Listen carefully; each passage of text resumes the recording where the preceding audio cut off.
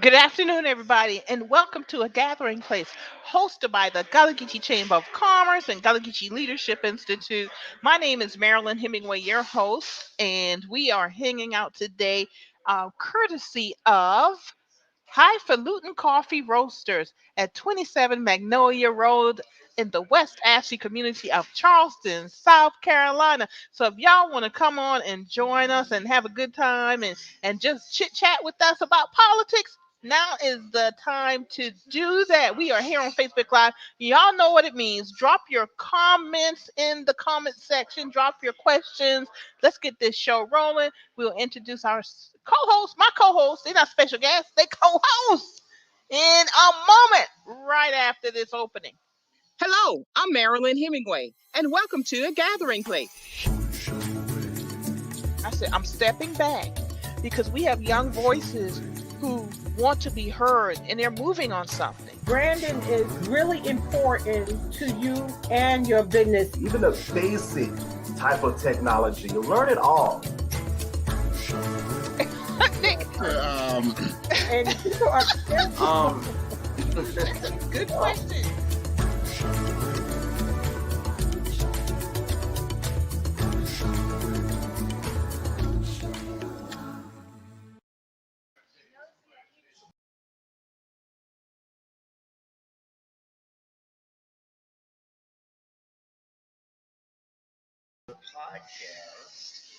Hey y'all, I'm back and sorry for that little 2 second delay. I thought I had put myself into the studio, but obviously I hadn't. I'm here with one of my co-hosts. We are like buzzing. Hey, we are here in Charleston because Jamarr Brown is home for the holidays, and he's the one who is actually on his way. And I'm going to go ahead and bring in my co-host, Mr. Brandon Upson. And of course, y'all come on down. We got some guests here also. And if you want to ask some questions, feel free to ask some questions during the show. We got a lot to talk about, and We do. I jotted down some notes when I was on my way down here. And I just want to say this, Brandon, and then we can just hop into what we want to talk about. Here's my list. The two-party system is failing us. Uh-oh. Senator Joe Manchin would not vote in favor of Build Back Better, and I don't know what makes me more disturbed. The fact that he said that or that he announced it on Fox News. I don't know why elected officials don't think the Arab Spring could not happen in the United States. And if you were listening to National Public Radio this afternoon, they had a segment on the Arab Spring that happened 10 years ago and the impact on three different geographic areas in the Arab world. And I just want to remind people that we have had Occupy Wall Street, Black Lives Matter, of course, the anti Asian hate, everything that has ever happened to Native Americans and other minority marginalized groups in the United States. We just have a clear history of oppression and suppression. And at some point, people just get tired of it. And I think we need to talk about that. And of course, TikTok is a beast. Y'all, TikTok is a beast. I got on TikTok. I didn't realize y'all go on TikTok and let that algorithm send y'all some people with some history, and political information. Now, of course, I got to preface that with saying have some discernment. But y'all, that algorithm does not play on TikTok. Brandon, how you doing today? I know we both been traveling. What do you Man, want to talk about today? you know, when I was driving up, I heard the audio of Joe Manchin and what he said in the right place. He was supposed to be on Fox News when he said that, because he's definitely not one of our friends. Last night, I saw the interview with Charlemagne the God and Vice President Kamala Harris, and he asked her straight up, "Who's president of this country? Who's running this country? Is it Joe Biden or Joe Manchin?" I think that's a real question that we have to ask, and a real question that needs real answers sooner than later. Because if we don't get this together, we're not going to keep the White House, and we're not going to keep Congress. And that's exactly how I feel about it. So I think everything you laid out is perfect, because that will take us into some other great conversation. you know, somebody needs to remind Joe Manchin that he would not be where he is right now, for lack of a better term, a deal maker, if it was not for black women. Mm. Um, Black women organizing, black women organizing others to turn out in Georgia so that two Democratic senators could win and that we could have the majority. What is it worth to have the majority when you have one person who could stop the entire agenda? Mm. Somebody help me, please, with this, because I really am frustrated. And the thing is, I think Joe Manchin, there's nothing terribly special about him. He's a typical land owning white male. And now, when I say land owning, based on the United States Constitution, Declaration of Independence, our institutions were created to benefit white landing owning owned males. But land, the definition of that land has changed, obviously, over time. But he is just that typical. It's nothing special about Joe Manchin. To hold so much power in his hands, it's a reflection, my first statement. The two-party system is failing us. And for the past 2 years or so, I've been just looking at the parliamentary system.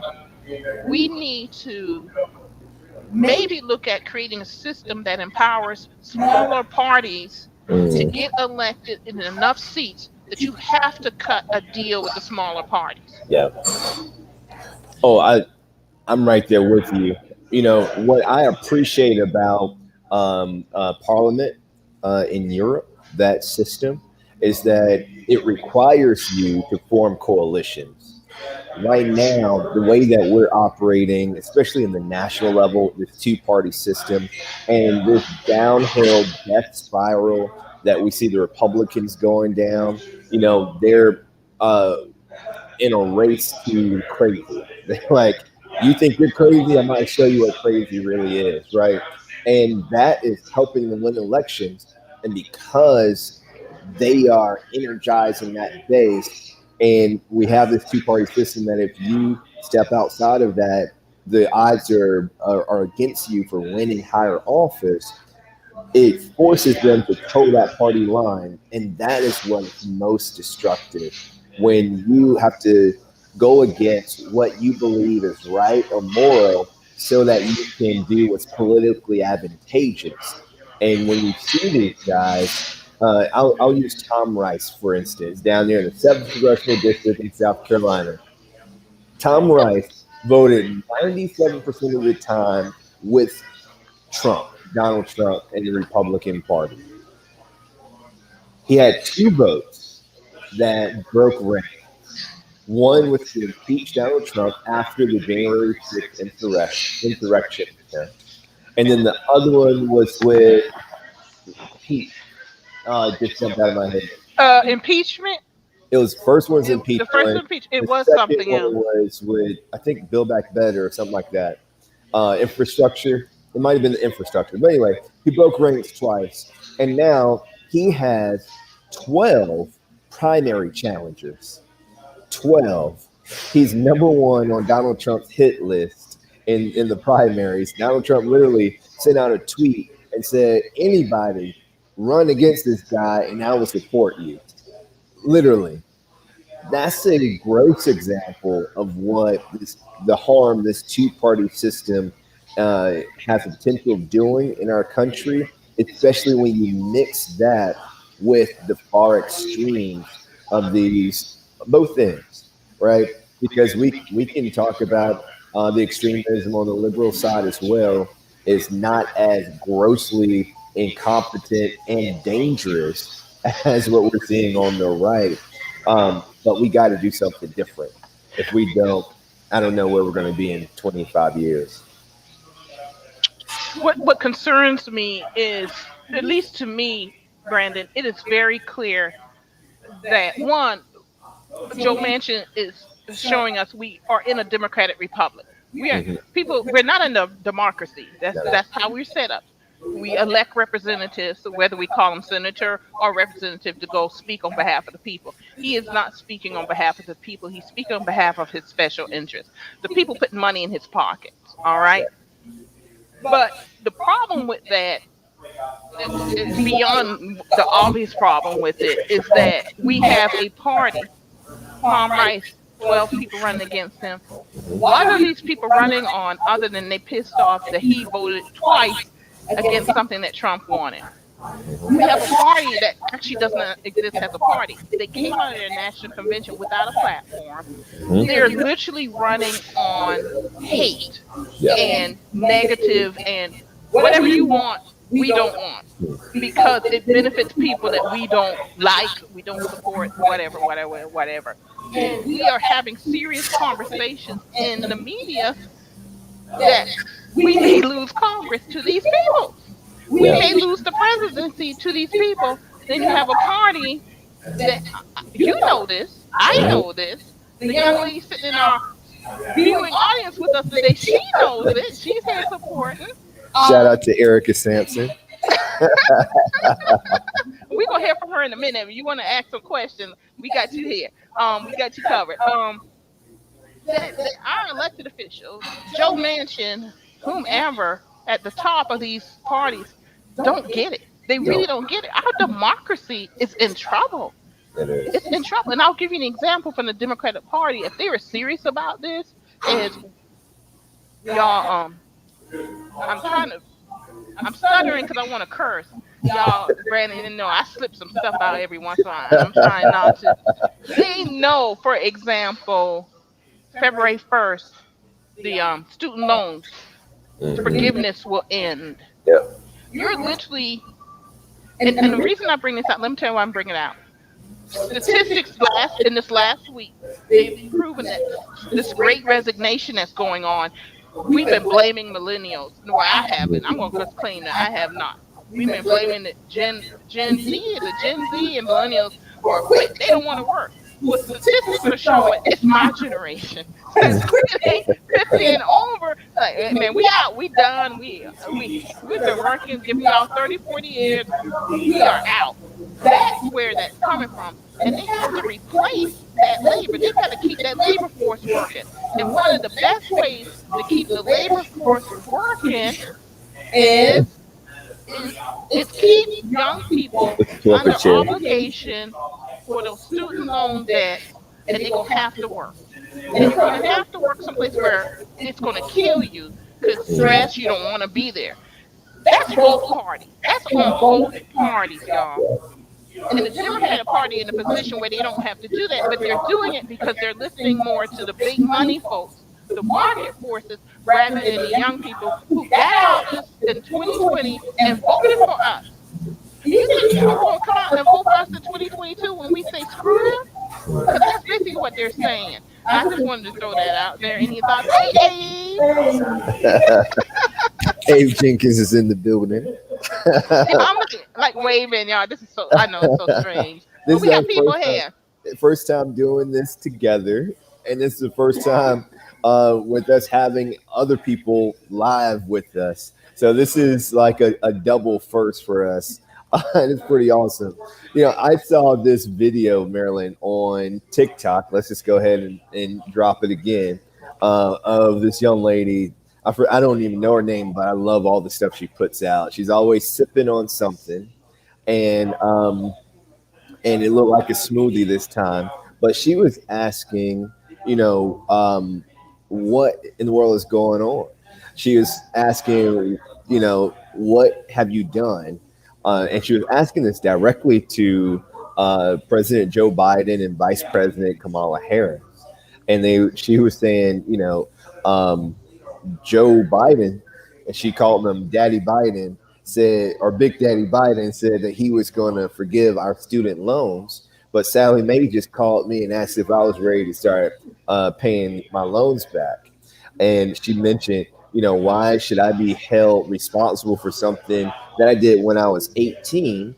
And the beautiful part of what she said is that 18-year-old me is dead. I'm not the same person anymore. And she said my responsibility to that loan died with her. So good luck. But it was funny, but it was real.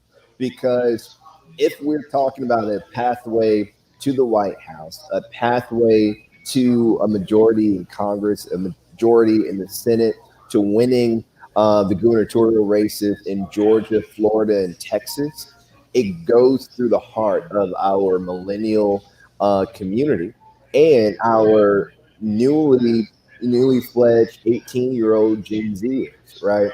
And we're coming into an age where I pay for my education, but my education doesn't allow me to pay for my student loan debt, and that's not fair.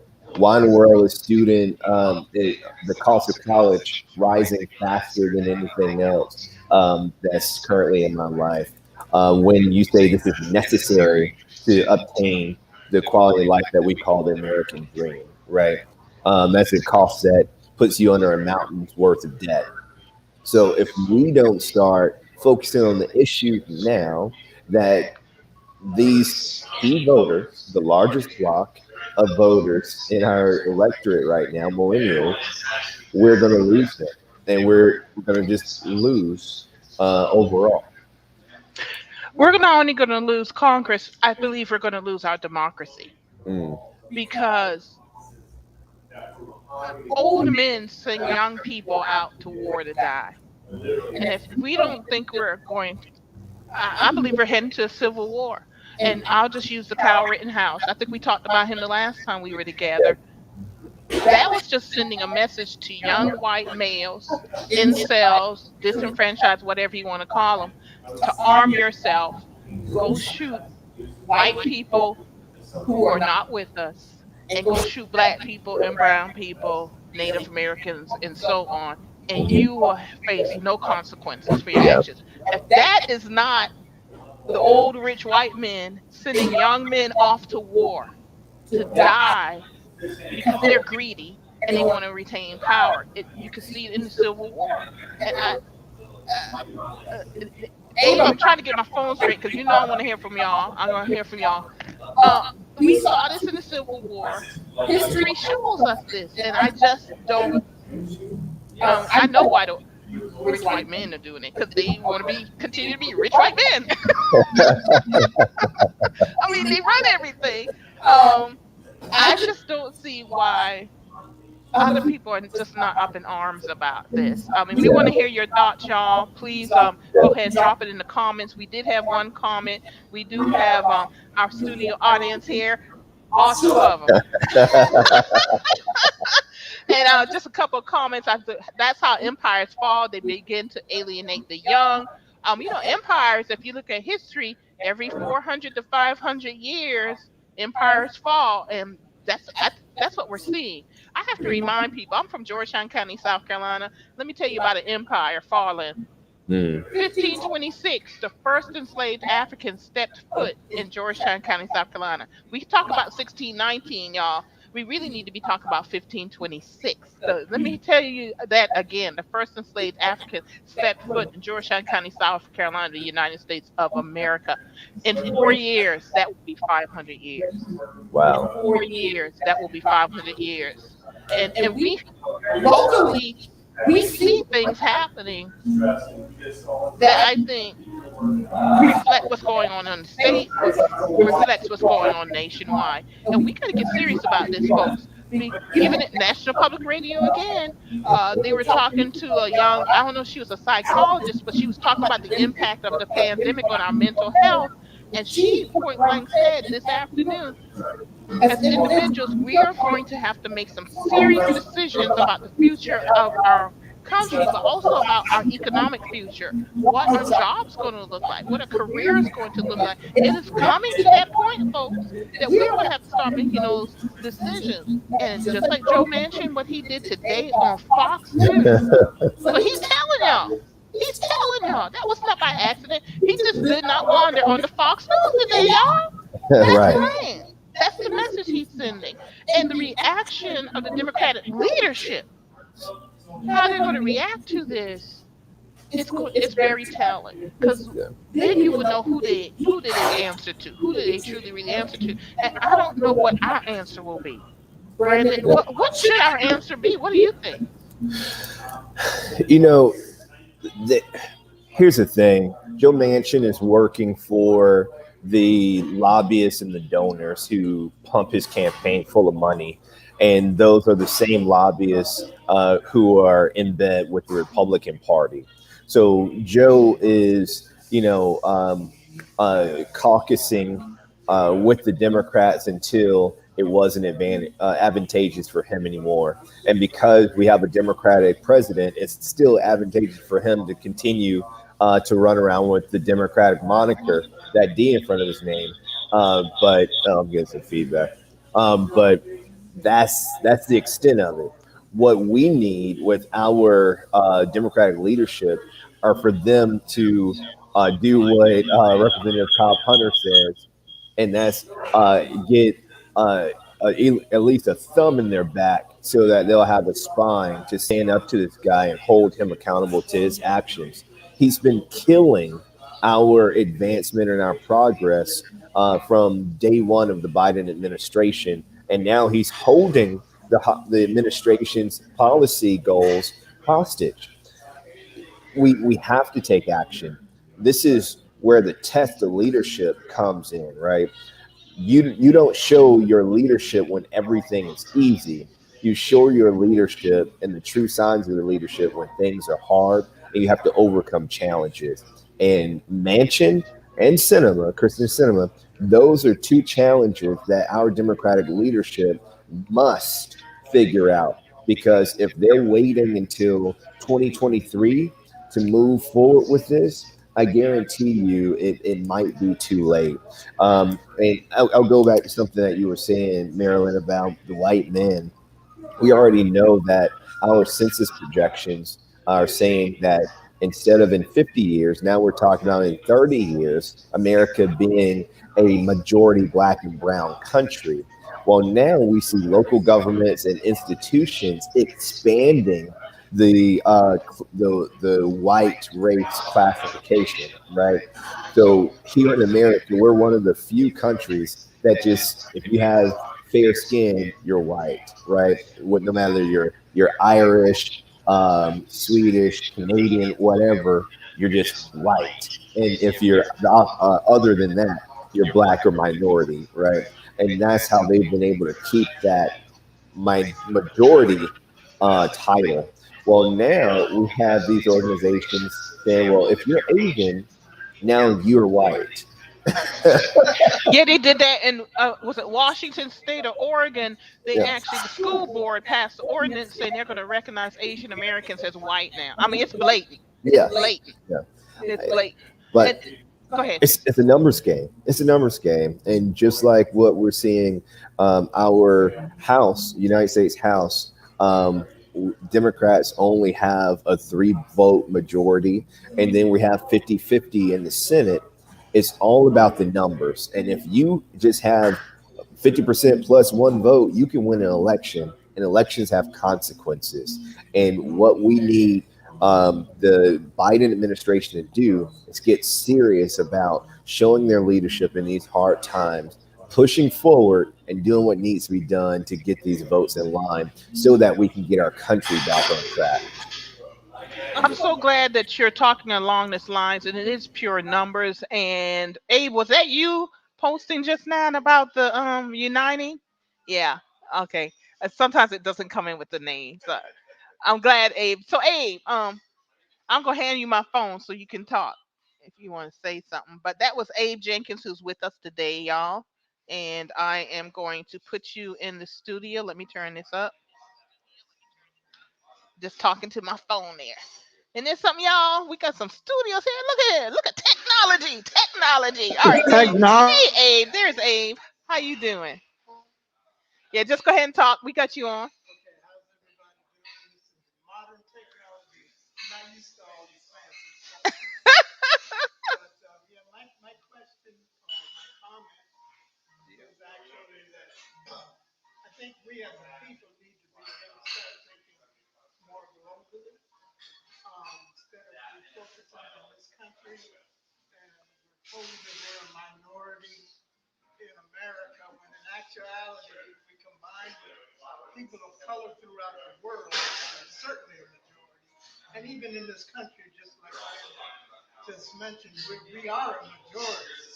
and we've fallen to listen to the myth of what the media tells us that we're a minority, when actually we do have the numbers. We do. Have the numbers, and we need to start thinking.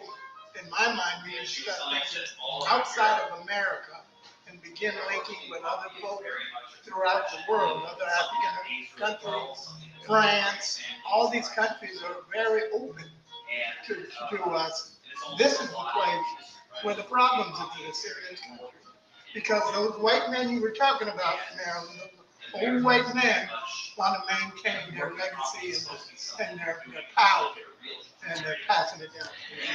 Let me have the phone back. I gotta correct something, Abe. But as we do that, Abe, I think you're on point. Abe was just talking about we need to reach out globally to different, because we black and brown people are the majority around the world, and we need to reach out to other countries, other nationalities, ethnicities, because that's where our power is. And I do agree with you on that totally. I think you're on to something, because I think what's happening now is the white men in America are trying to put an apartheid system in place, which we kind of already had that. But what we always had was that United States Constitution that we could go to and force them to do what they wrote on paper.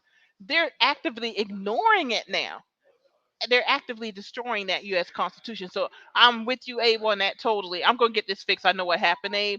So you and Erica could share some more words with us and everything. And then, Brandon, your thoughts? yeah, I wanted to talk about those numbers because I've been sharing this as I've been traveling over the last 2 weeks. Someone said that if I can convince you that you're less than what you really are, I can convince you to accept less than what you deserve. And, even here in South Carolina, when we think about our Democratic and progressive voters in this state, we have been convinced and even, I would say, dare say, tricked into believing that we're less than what we are. Just like Abe said, we are actually a majority when you put us all together and we form a real coalition and work together and activate, right? So in 2018, James Smith ran for governor in the state of South Carolina. He became the Democratic nominee. He lost by 137,000 votes. Now, that sounds like a big number until you talk about the Democrats that did not vote. We had 410,000 African Americans who are already registered and identified as Democrats that did not vote in that election. We also had 187,000 white registered identified Democrats that did not vote in that election. So that's about 600,000 Democratic voters that did not vote in that election. He only lost by 137,000 votes, and there are more than 3 times the amount of votes that state decided to stay home for whatever reason. When we conducted polling this summer, we found that a slight majority of Democrats in the state believe that a Democrat can't win statewide. Again, if I can convince you that you're less than what you really are, I can convince you to accept less than what you deserve. And that's what we're seeing right here in South Carolina. So Abe is 100% correct. Oh, yeah. All right. Passing that back to our viewing audience. I know what happened. I had to hook it up to the internet. Yeah, we making it happen here. We making it happen here. Erica, do you have any words you want to share with us while you're here tonight? Thing. I feel like at this point, the Democrats, we like to pass them on to independents. We want to pass them to Republicans because he is not a team player. It feels like Video is on, but oh, okay. Oh, snap technology. Okay. There you go. So yeah, I just feel like he's not compromising. It's like at this point, everything in that bill is really what he wants. It's not what the people want, and that's what's holding us up. And we didn't elect you to be, for everything to be about what you want. You obviously got elected because someone trusted you. We listened to your words, and we thought you would deliver on those words. So that's the problem. And I just wanted to also piggyback that. It comes back to elections have consequences. You vote for these people and then they don't deliver on their actions and whatnot. And it just comes down to, it's the principle of like, we always hear like not voting is voting. You're giving someone the platform that they probably didn't truly earn. You're allowing someone to be in this role that's going to make a decision that's going to affect you. And that's why we keep saying you got to learn about people's platforms. You got to like listen to more than their words. Look up what they're doing. Like, are they even in the community? Are you only seeing them when something happens? And it's definitely important for the marginalized community to be looking up these leaders, because so often we don't even get our voices heard unless we're a hashtag, unless it's some kind of viral video where we're being like abused and like someone's using their power in the wrong way. And it's like, we should be able to be considered just because it's a Tuesday. We should be able to be considered just because it's a fundamental right. Hello, somebody. So it's like, we got to pay attention to what's going on in our environment. And Manchin, he ought to know better. It's not like he just got his job 30 days ago. He knows how everything is going on. He knows these people. So it's like, come on out. Like, let's go. That's just my thoughts. I really think that they don't care. Erica, your words are very well taken. Because once again, as I was driving down here and listening to National Public Radio, I thought about what you just said, going back to he is speaking for Joe Manchin. He is speaking for his special interests. He is not speaking for his own people in West Virginia. And if you look at West Virginia, there were at least 45 of every, of every worst list that you can think of. So the stuff that he's doing is not even helping his own people that elected him. So really, who does he answer to? The money folks. That's the only thing that we can even think of. And once again, that reflects a bigger problem in the United States of America, that this is the 1920s again, before the Great Depression happened, where it was all about the money folks, and the way they lived and everything. So I think you're spot on, Erica, with what you are saying. And we are about to be joined by Jamarr Brown, who is known as studio audience today. I'll talk about you later on, but because somebody was supposed to bring his computer, but we all good, y'all. Let's go ahead and welcome Jamarr Brown and our other co-host. He had to take care of some business, but Jamarr, we are always excited to have you here. And finally, the three amigos, y'all, are in person doing that. Usually, yeah, I don't have my applause sign, but the audience understood the assignment. But it's good to be here in person to see Jamarr, because almost 2 years now, you guys, we've been doing this, talking, and we are finally in the same state, in the same room, and everything. So we're excited to have Jamarr with us today. Jamarr, you know what we've been talking about, right? Who, Joe Manchin? Yes! Oh, Lord Jesus. Let me go on back home. So. Yes, Joe Manchin, but the bigger picture too, Jamarr, of how this is going to impact turnout, how it's going to impact. Joe Biden had an opportunity to go big. I don't know if Joe Biden himself understood the opportunity he had to go big. Mm-hmm. That's another question. But Joe Manchin simply refuses to allow the Democratic Party controlled Congress to go big, which the people need. They really don't care that people are out here dying because of lack of Medicaid expansion, that people can't go to work because of lack of child care. They can't afford child care, that people can't feed or provide a roof over the head of their children because of a lack of a living wage or the child tax credit. And here Joe Manchin comes, and what really irks me, and I guess we're in a family place, but every time, I want to say something, that he went on Fox News and he made this announcement. I know you got some thoughts. Oh, goodness. Please share your thoughts with us. Well, let's see, where do we start? I think that's the issue. I think there's two things. I think there's a huge conflict that we have right now. One, we need immediate and bold action, like you were saying, Marilyn. But I think the other part is our government is set up incremental.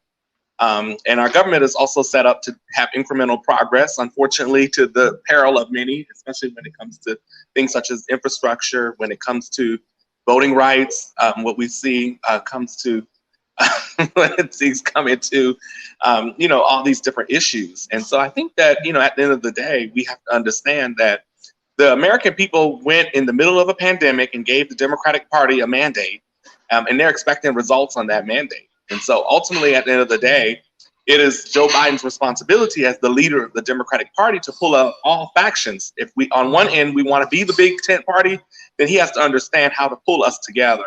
And especially, when you're talking about such consequential legislation, such as Build Back Better and the Voting Rights Act and student loan reform, one or two people can have that much of a say on a policy that would impact millions of people. It's just unacceptable. And so I think that Joe Manchin, by Joe Biden and Vice President Harris, they have to pull us back to the drawing table to be able to move that bill forward, because we need rural broadband in our communities. The child tax credit, we want to make sure we continue that for working families, especially coming out of a pandemic, especially with this new variant running around. And so I think that those are some of the things that, we have to look to. But the other part, too, is I think there's a real huge question and conversation that we have to have as a Democratic Party is, what does the big tent mean? And what does it mean for how we prioritize issues? Because if you go to Black people, there's a list of issues we need. If you go to the Latino community, there's the AAPI, young people, LGBT, you start naming the different factions and that make up the Democratic coalition. And I guarantee you, if you ask them, what is your number one priority, you will get 40 different answers. And so we've got to come together as a party. What are some of the structural legislation? What are some of the structural issues? And I actually think that we should be coming together more on the Voting Rights Act, because if we lose the fundamental right and freedom to vote, everything else is lost, in my opinion. And so I think that we need incremental progress, but unfortunately, there's a real structural threat to our democracy that incremental progress hurts so many families because democracy is playing out in this way. I think that's where big vision comes in, though. That's where going big comes in, because we talk about unity. We talk about bringing all these factions together. Well, people will rally around a vision, and incrementalism is the antithesis of vision. Mm-hmm. And if it's the voting rights bill or economic bill, which I think Build Back Better was attempted to be, now it's failing because of one man. Where do you go back to? And the saving grace may be that voting rights bill. Brandon, what do you think? No, I feel like Jamarr just came back from a DNC meeting and he's on point with his messaging. So, and Marilyn, you started to touch on something that I literally just wrote down on my notepad. Back in the day, I remember we used to run around, Jamarr and I, 2010, for Vincent Shaheen, reciting this very same scripture. Our people perish for a lack of knowledge, right? Come on then. And at this point in time, it's not a lack of knowledge that is killing us all. It's a lack of vision. And because you don't have that vision, you can't have the adequate messaging. And I saw that Eric put on here that what about the message? What Jamarr just said, I believe, answers that. We are in this so-called big tent, and we have 40, 50, 100 different priorities because of the big tent. But what will bring us together? And I think that's, Jamarr, what you just said is solid gold. We have to message around the things that galvanize all of us. And the structural changes and the structural reform that impacts us all, that can remove these barriers for us to obtain that quality of life that we all seek, is the thing that we need. But it's the exact same thing that Joe Manchin and Kristen Sinema are preventing us from moving forward with. So, let's put a studio on it, because I'm about to go lead the press over here. Yeah. But there's solutions. There's solutions. I want Jamarr to. Well, I think it's tricky, but I think it's a tricky conundrum that we're in right now. So, and what I'll add here is, I look at politics, and I think I train this all the time. I'm going to bring it back. in three areas, right? There's the grassroots organizing, there's elections, which, we're kind of talking about here. But the last piece is the public policy. So at the end of the day, we have organized in our communities, right? We've been advocating, on so many different issues. And then we showed up in the election because we were told that we're deciding on the decision makers. We have shown up, we have voted, and we have given a group of people power that we now have to use our organizing skills to still move in an important way. And what I mean by this piece and why those three pieces are important is because we're not just talking about passing legislation to build another road here. We're talking about legislation that impacts working families, but that impacts the very democracy. And I actually think that, yes, while we're talking about student loan reform, voting rights, infrastructure, education, I know our vice president's been talking about maternal mortality and that crisis. Our number one issue is the democracy and what we know as our community. That's going to be important because what we're seeing with across our states as somebody who sits in the seat of the state party, what we are seeing is people are elected to office and they're fundamentally failing. And as much as we talk about the Republicans in these states, so places like South Carolina, Texas, where I am, Florida, Georgia, these Republican governors that have failed for multiple terms, we're talking about the fact that we brought change and that we're not seeing that change. And then on top of not seeing that change, how do we turn people out to the polls? And how do we do that in a meaningful way? Because history always says that the party that is in the White House would lose in the midterms, but it doesn't have to be that way. And so I think that when we get back, from the holiday break go into January, the Biden administration and Congress, they're going to have to pass something very substantial for people like me who work at the state party to give people something to be motivated behind. Because Greg Abbott is not doing anything for us. Henry McMaster, these people are not going to do anything for us. We've got to take something from the federal level and really show the impact in our communities. And until the Congress gets the Build Back Better to where we can pass it in a meaningful way, where people see more money coming into their home so they don't have to make a decision between food and prescription, when we see, voting rights and things change. And the real reason about voting rights is not just the structure of democracy, it's about showing a key constituency that's been loyal not only to the Democratic Party as an institution, but that's been loyal to President Biden himself as an individual. Take out the party. Let's talk about Joe Biden here, that he is in the White House because Black people showed up in South Carolina. And that's the bottom line. And so now we have to make sure that we show results. And if we don't show results, that makes it very difficult to motivate people to turn out in a meaningful way to continue progress and moving forward. Because it's one thing to get to power and to earn power. It's another thing to maintain power. And this is what we're seeing right now. And the struggle is once you're in power, now it's what you do with it. And that's the conundrum that we're in, is we're in power. And we've got to be able to go and tell the people that put us in power what we did with that power. And so I think it was Eric or somebody, I can't remember, but somebody was saying, what is the messaging? The messaging is you gave us the power and we did this. And we are working on those things. It was Eric Grant who said that. And I think the messaging comes from giving people information and giving them knowledge to understand why they need to vote. Mm-hmm. In spite of what's going on. But I hate to say that. Information, knowledge, but the most important piece to that, Marilyn, is results. Exactly. Information is great, but I need to feel the impact and I need to see it for myself. You can give me the best talking points, but if I don't see it in my bank account, if I don't see it in my house, if I don't see it when I drive down the road, that there's some kind of difference in the structure, that in addition to the education and knowledge, we've got to be able to see, feel, and feel the impact of what has been passed or not. Because everyday people don't know that we passed about almost $3 trillion worth of legislation already. They don't know that. So it has to come down to those kitchen table issues, those tangible things that they can see. And I just want to make sure the folks that are watching know that we're live at Highfalutin Crawford Roasting. Check it out, West Ashley on Magnolia Road. Can we tell people where we at?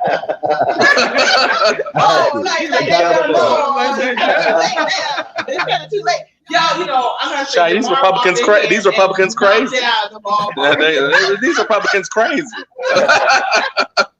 They are. But the Republicans are crazy, but the Democrats are ineffective. And that's more dangerous. Get off the camera, child. You can.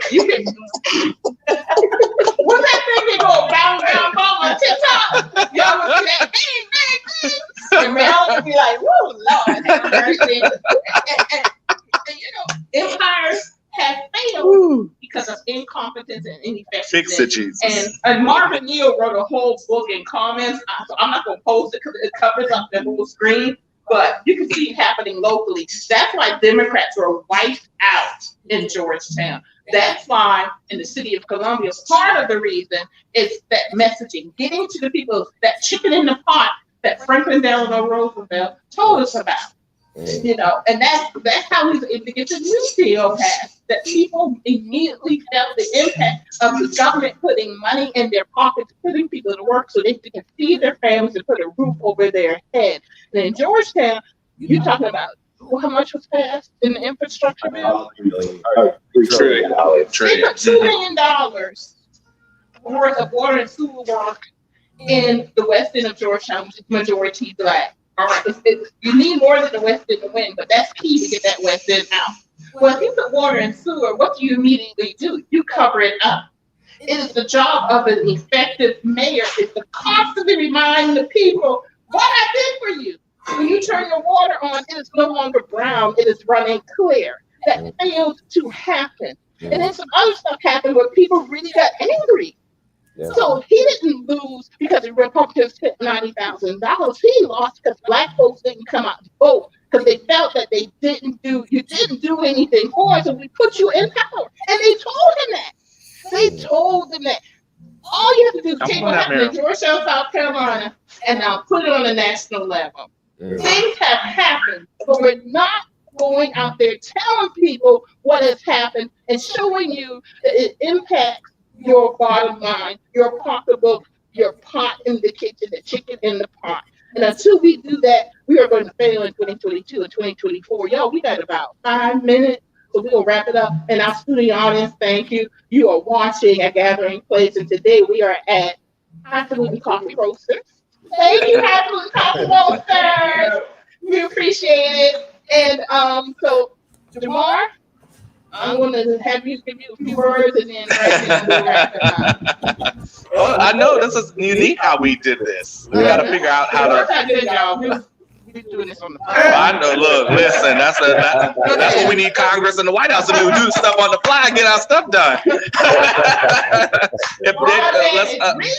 And this is what happens when you pass infrastructure with but specifically rural broadband. In different communities. But, one of the things I think that is really alarming is even some of the things that have happened as part of COVID-19 rescue package, as part of, some of the infrastructure pieces that have passed before. A lot of these things end at the end of the year. And so we're going into a new year before the holidays with a senator telling us he's not voting on the continuation of the entire package. And I think that that's something that's, potentially very dangerous, not only for our communities and our society, but when people look at elections, because at the end of the day, like I said, our government is set up incremental, but right now we're just not in the conditions in our community to wait 10 years for something, even though we know the work has to happen over time. And so I think that the thing that we have to make sure we continue to do is do that. Now, what I've been telling people, especially about the Democratic Party, is that this ED of a state party is we have to keep people engaged in the party itself, and that the party is also a vehicle of holding all of our elected officials accountable, right? And accountability looks different ways now. It depends on who you ask. But, at the end of the day, I think that we have to make sure that we are involved in the structures that can hold the people accountable and hold people to the fire. And so I've been seeing online, for example, people are saying that they're organizing to go to the White House, to go meet with, the president, or I think there was a meeting a couple of days ago with some Biden administration leaders, etc. We've got to continue to make sure to meet. And the thing that's important that we have to not miss in all of this is, yes, I know that people are upset, but there is power in numbers. And so the quieter we get, the more room we have to not get anything done. And so while I know it's tiring, while I know it's frustrating, it absolutely is, we've got to make sure that we keep the pressure, because at the end of the day, we have to remind our elected officials, we're the people who organize our communities. We're the people who showed up and said, we want something different, and that we provided you power. Now we're showing up and we're talking about policy in the aspect of tangible solutions. And so those of you that are, precinct chairs, or maybe you're involved in the Democratic Party, we have to still hold our elected officials accountable. And it's not enough to just hold the Republicans accountable. Well, you can't hold half of them accountable because they're not accountable to themselves. but to our elected officials, we can't just elect them, you all. We have a responsibility. So I, as even ED of the party, I still talk to our Democratic elected officials. I still talk to them about solutions, what precinct chairs share, what county chairs share. And we've got to still make sure they're doing that. So when they're in the halls of power and moving things forward and negotiating and making decisions on key bills and policies, they have heard the voice of the people. So we can't let up, as much as it's easy to just say they ain't doing nothing, let's let it go. That's not the answer, y'all. We've got to make sure we keep the pressure up. And so that's what I would encourage folks to do, is to continue doing that work and to continue pushing the needle, because we have to make sure that our elected officials not only see us, but they feel our impact and they feel us coming. And when they do not act, and they do not act in an effective way, they better know what's on the other side. So I agree 100% with everything Jamarr just said. I'll just add, this is our time to flex our power as a people. And political power, in my definition, is organized people plus organized money. So we have a lot of people organizing other folks to do actions, but now it's time to organize money. And I'm grateful that we use this show to help organize money for the South Carolina Democratic Party for that caucus. So if you look at the ticker at the bottom, it has our website. Please give. Nothing's too large or nothing's too small. Because if you don't have gas or fuel in the car won't crank, and it's not going to get to where you want to go, right? And funds is a fuel that drives our organization. So part of the solution to activating your power is being a part of something. And you can join the South Carolina Democratic Black Caucus and help us get this work done. And no matter where you are in the country, you can donate going to that website. So thank you. Let's flex our power, y'all. Oh, Brandon, I'm so glad you brought that up, because I've been running it all show. Y'all donate. If y'all want to see change happen, donate to South Carolina Democratic Party Black Caucus. That's one way you can do it. I just want to say one last thing is we need to remind our elected officials that the seats do not belong to them. The seat belongs to the people. So y'all need to start sending some messages, as Brandon said, and you need to just show up either by mail, email, in person, by phone, whatever means, and let these folks know we are going to hold you accountable. And if you want to stay in that seat, you need to do what the people want. And that's it. That's the bottom line. And y'all show up for your city, county council, any meetings, redistricting that are happening, because we need you not only to vote, we need you to be engaged, informed citizens, because that's where your power is. When you are informed, they can't pull that wool over your eyes anymore. Y'all, we got to go. Thank you to Highfalutin Coffee Roasters before he turns us out. Y'all just turned out pretty good. I know. Look at us. Jamar's so good, he just rolls right on in. We're in the same place for the first time. Yes, we are. Oh my gosh, that's so good. Even the studio audience. It's studio audience. Uh-huh. All right. And do. Jamar just walks right on in. Oh, and I want to thank y'all, because I love books. And guess who walked in with Will? Brandon gave me Will. I know, I got mine too. I got my little gift, child. I love it, y'all. Books make me cry.